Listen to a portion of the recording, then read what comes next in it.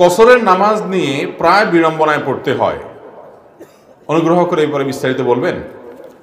কসরের নামাজ নিয়ে আসলেই অনেক ভাইরা বেশ বিপাকে পড়ে, অনেক বোনরাও বিপাকে পড়ে। কোথায় কসর পড়ব? বিশেষ করে আজকালকার যুগে মানুষের কয়েকটা করে ঠিকানা। ঢাকায় থাকে চাকরির সুবাদে, গ্রামে তার নিজের বাড়ি, আবার দেখা যায় বাচ্চা কাচ্চার পড়ালেখার কারণে তাদেরকে চট্টগ্রামে রাখছে।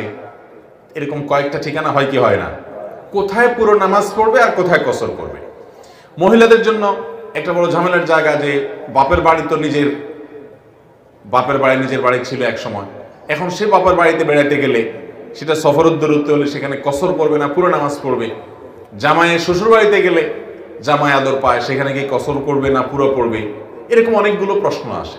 এই সব প্রশ্নের একটা মৌলিক উত্তর দিয়ে রাখি। সেটা হলো, মানুষের দুই ধরনের বাড়ি আছে। কয় ধরনের বাড়ি আছে? দুই ধরনের ঠিকানা হয় মানুষের। একটাকে বলা হয় ওয়াতনে আসলি, আর একটাকে বলা হয় ওয়াতনে ইকামা। ওয়াতনে আসলি মানে হলো মূল ঠিকানা, মূল বাড়ি।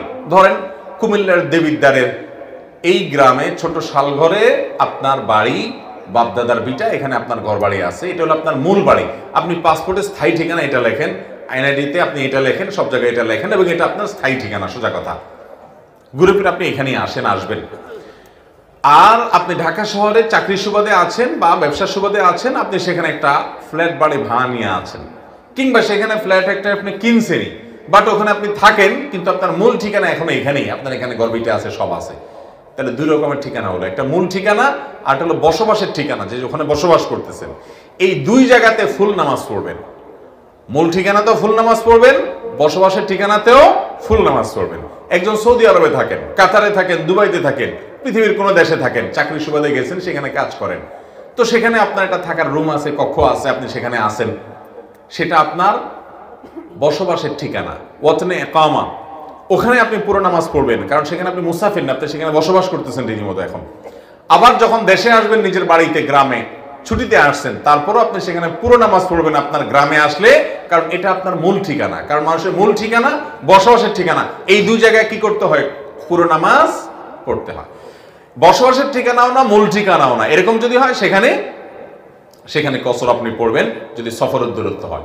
এখন অনেকের আছে দুইটা তিনটা করে ঠিকানা। যেমন বললাম, ঢাকায় চাকরি করেন, সেজন্য আপনি মেসে থাকেন, ওটা আপনার একটা ঠিকানা, সেখানে দীর্ঘদিন আপনি বসবাসই করতেছেন রীতিমতো।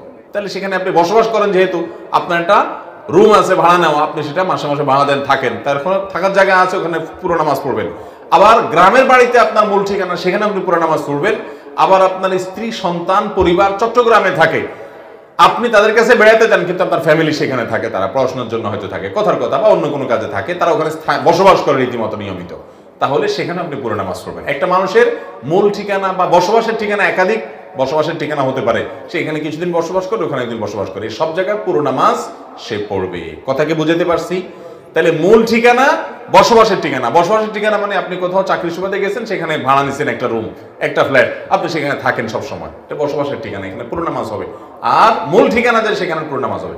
মূল ঠিকানা যদি পরিবর্তন হয়, অনেকে গ্রাম থেকে ঢাকা শহর গিয়া জমি কিনে, বাড়ি করে, ফ্ল্যাট করে, ওইটাকে স্থায়ী ঠিকানা হিসাবে কাগজে কলমে, পেপারে, আপনার পাসপোর্টে, এনআইডিতে সবকিছুতে দিয়ে দেন।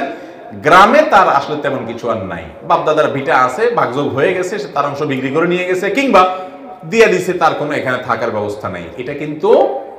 এটা কিন্তু তার মূল ঠিকানা আর থাকে না, কারণ মূল ঠিকানা পরিবর্তন হয়ে গেছে, সে এখানে আর সন্তান, ছেলে মেয়ে নিয়ে কখনো ব্যাক করবে এরকম কোনো চিন্তা ভাবনাও তার মাথায় আর নাই। তাহলে মূল ঠিকানা এটা আর থাকলো না। বিশেষ করে যখন ভাগযোগ হয়ে যায়, তখন শেষ, এখানে সে আসলে এখন মুসাফির থাকবে। আর মহিলারা বিয়ের পর স্বামীর বাড়ি, স্বামীর সাথে বসবাস করছেন, ওইটাই তার মূল ঠিকানা। এখন বাবার বাড়িতে তিনি গেস্ট, বাবার বাড়িতে তিনি কি মেহমান। এই জন্য মহিলারা বাবার বাড়ি যদি সফরের দূরত্বে হয় আর 2-4 দিনের জন্য মেহমান হিসেবে বেড়াতে যায়, তিনি সেখানে কসরের নামাজ পড়বেন।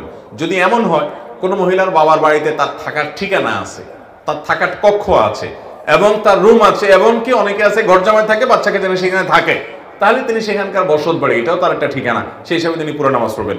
বাকি বাংলাদেশের 99% মহিলাদের এরকম না, বরং বাবার বাড়িতে তিনি ভাইদের মেহমান হয়ে, মা বাবার কাছে মেহমান হয়ে যান। এই অবস্থায় তিনি সেখানে কসরের নামাজ পড়বেন, পুরো নামাজ পড়বেন না। কথা কি বুঝাতে পারছি?